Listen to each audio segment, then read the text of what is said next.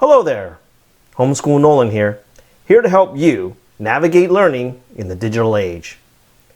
I live in the San Francisco Bay Area, and if you follow the news, you probably heard that the big news in education this past week was that the voters of San Francisco voted to recall 3 members of their school board.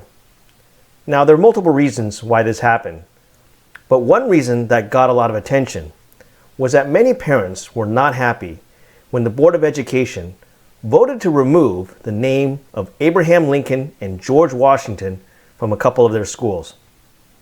The timing of this recall just happened to coincide with the week before President's Day. So on this President's Day weekend, I'd like to reflect, as I did last year, on why both George Washington and Abraham Lincoln deserve to be honored and remembered by all of us. Let's start with George Washington.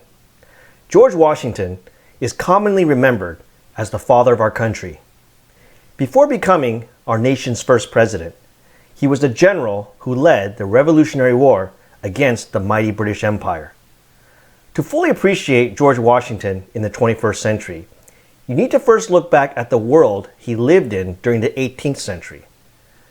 Throughout human history, people have always been ruled by emperors, kings, and pharaohs. Yes, there were attempts at democratic forms of government, like in ancient Greece, but none of them lasted very long. Indeed, throughout human history, people of all nations and colors have almost always lived under the rule of a king, emperor, or Caesar. These rulers usually claimed to be gods, with a divine right to rule for as long as they lived on this earth. Now, George Washington, if he wanted to, he could have been king himself. At the very least, he could have been president for life. He was a leader of such immense stature that many Americans actually wanted him to be king. But George Washington, as our first president, chose to step away after just 2 terms as president. This was almost completely unprecedented at the time. But by doing so, George Washington set the precedent for future presidents, and he demonstrated that the peaceful transition of power in a democracy was possible, and that the American Revolution was truly unique. Now, other countries have had revolutions too. During Washington's first term, there was the French Revolution in 1789. Unlike the American Revolution, the French Revolution led to the guillotine, the Reign of Terror, and eventually the rise of a new military dictator named Napoleon Bonaparte. And later in the 20th century, both China and Russia also had major revolutions. But both these revolutions led to the rise of totalitarian communist states. The reason these other revolutions did not lead to liberty is because they did not have the good fortune of being led by men like Washington, who, unlike, say, Lenin or Mao Zedong, Washington did not wish to be a supreme leader for life. Washington, like his fellow founding fathers, believed in the principles of self-government, where governments derive their power from the consent of the governed rather than the other way around. It is for this reason why we honor George Washington, and why his life should be taught and remembered by all the young people growing up in America today. Now, George Washington was by no means perfect by today's standards. He was born in 1732 in Virginia into a world that still embraced slavery. Washington himself was a slave owner most of his entire life, most of whom he either inherited or gained through marriage through his wife Martha. And although he espoused the principles of self-government and liberty, Washington never made any serious effort to grant freedom to his own slaves during his lifetime.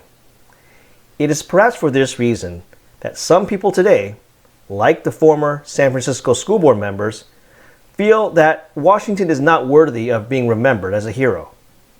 It was this glaring contradiction and hypocrisy with regards to slavery that kept the young United States divided. From the beginning, about half the country opposed slavery and about half embraced it.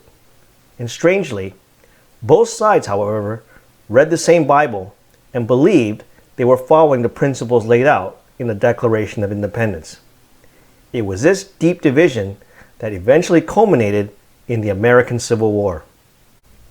And this leads us to Abraham Lincoln, who most historians consider the greatest president in American history.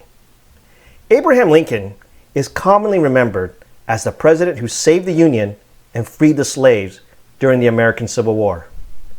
Now, civil wars, like revolutions, are not unique to American history. But the American Civil War was unique in that it was a war fought to preserve a nation that was, as Lincoln put it, conceived in liberty and dedicated to the proposition that all men are created equal.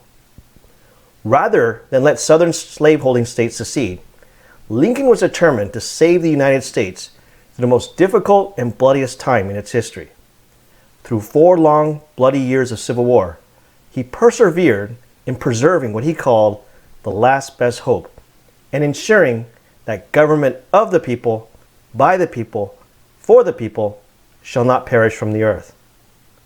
To fully appreciate the significance of Abraham Lincoln, you must first imagine what the world might have looked like had he failed. Had Lincoln not succeeded in saving the Union, the United States would have disintegrated and slavery would have continued in America. America's experiment in self-government, based on the proposition that all men are created equal, would have failed and would have also set the precedent that any state that didn't like an election result could simply secede and leave the Union. And imagine how the history of the world would have been different if Lincoln had not succeeded. If the United States had fallen apart in the 19th century, there would have been no United States in the 20th century to help defeat Nazism and fascism in World War II.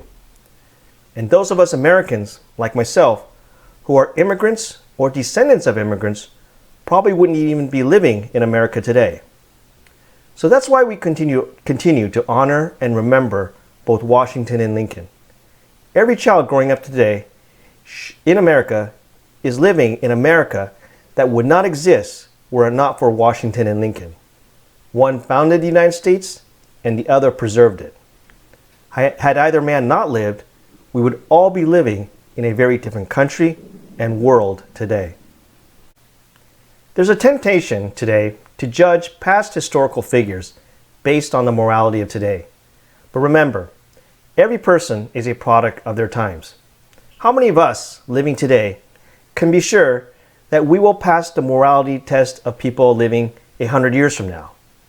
In my opinion, historical figures should be judged not against the standards of today, but how they responded to the challenges of their own times and how they shaped the world all of us are living in today. The teaching of history from one generation to the next is an important responsibility, and I hope this video has been helpful as you help your children and your students understand the past so they can better prepare for the future. Thank you for watching. I'll see you next time.